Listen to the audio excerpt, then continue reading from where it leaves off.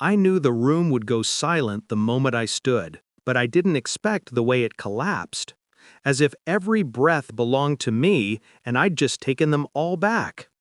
Moments earlier, my sister lifted the mic with a smile so wide it looked painful. "He divorced my sister just to marry me," she announced, shoulders pulled back like she'd won something earned. My parents beamed. Guests applauded. Even he, my ex-husband, gave that smug half-smile he always used when he believed he'd outsmarted someone. But when I rose from my chair, napkin falling from my lap like a dropped veil, her smile died. She knew. Maybe not the details, not the depth, but she felt the shift. The way prey feels the air change before the predator strikes. And I'd been waiting years for this moment. I wasn't always this composed. Once, I was the girl who believed Jonathan's promises, the girl who thought love meant safety. I remember the first night we met. My sister had dragged me to some rooftop mixer. He was by the bar, sleeves rolled up, looking like the kind of man who spent his life deciding things for other people. When he looked at me, something in my chest settled. I mistook that sensation for belonging. He told me I was brilliant, that my steadiness grounded him, that he wanted a future with someone who wasn't dramatic like other women. I didn't realize, then, that he meant women like my sister. She and I were once close. Childhood secrets, shared clothes, whispered dreams. But closeness only works when admiration doesn't become envy. She hid hers well. I hid my blindness even better. It wasn't one moment that revealed their betrayal. It was a collection of strange silences. His phone suddenly face down on tables. Her sudden interest in visiting when he worked from home. The way they exchanged glances at Thanksgiving. Quick, sharp, heavy. I confronted neither of them. I watched. I listened. I cataloged. The truth came in fragments. A hotel charge that wasn't his, a scarf left in his car that wasn't mine, a message preview lighting his screen, "I'm already missing you." My heart didn't break. It hardened.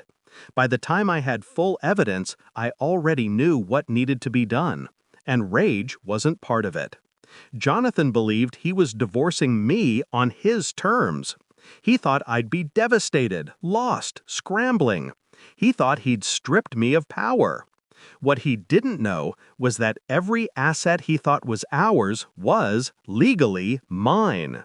Every account he assumed we shared, I had quietly removed him from months before. He didn't read documents. He skimmed. I exploited that. Calmly, methodically. He signed things without question, trusting the woman he was betraying. My sister, too, underestimated me. She's always mistaken quiet for weak, a fatal error. While they slipped into their secret romance, I prepared. I hired a forensic accountant. I gathered proof. I ensured that when the divorce was finalized, Jonathan left with nothing but his suits and that irritating smirk. He blamed the courts, the lawyers, the unfair system. Never once did he consider I had engineered the entire outcome, which made today even sweeter. When I stepped up to the mic at the wedding, the air turned cold. Not physically, emotionally. I looked at my sister first. Her hands trembled around the bouquet. She knew I didn't come unarmed. "I want to congratulate the happy couple," I began, my voice steady, soft, the kind that makes people lean in, because danger rarely yells, it whispers. Most of you don't know this, but Jonathan and I finalized our divorce just 3 months ago. He told me he needed time to heal, and I believed him. I let the silence thicken.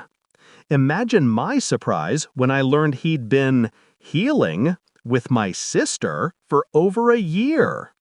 Gasps rippled through the room. Jonathan shifted in his seat, jaw tightening. "But that's not the part that concerns me," I continued. "What concerns me is integrity, and legality. His head snapped up. I pulled a small folder from my clutch. You see, before Jonathan moved out, he transferred money, my money, into accounts he planned to use for his new life. He assumed I wouldn't notice. He assumed I wasn't paying attention. My sister's face drained of color. But the transfers were tracked, reversed, and reported. A murmur spread like wildfire. Jonathan stood. "You're lying!" I smiled. Slow, deliberate. If I were lying, police wouldn't already be outside. The doors opened right on cue. He froze. She choked on a sob. I didn't look back at them. I didn't need to. As the officers escorted him out, I felt lighter. Not happy, not triumphant, just free. My sister collapsed into a chair, the weight of her choices finally crushing her. She reached out as if I might comfort her the way I used to. I kept walking. Some betrayals don't deserve closure, only consequences. And today, they got theirs.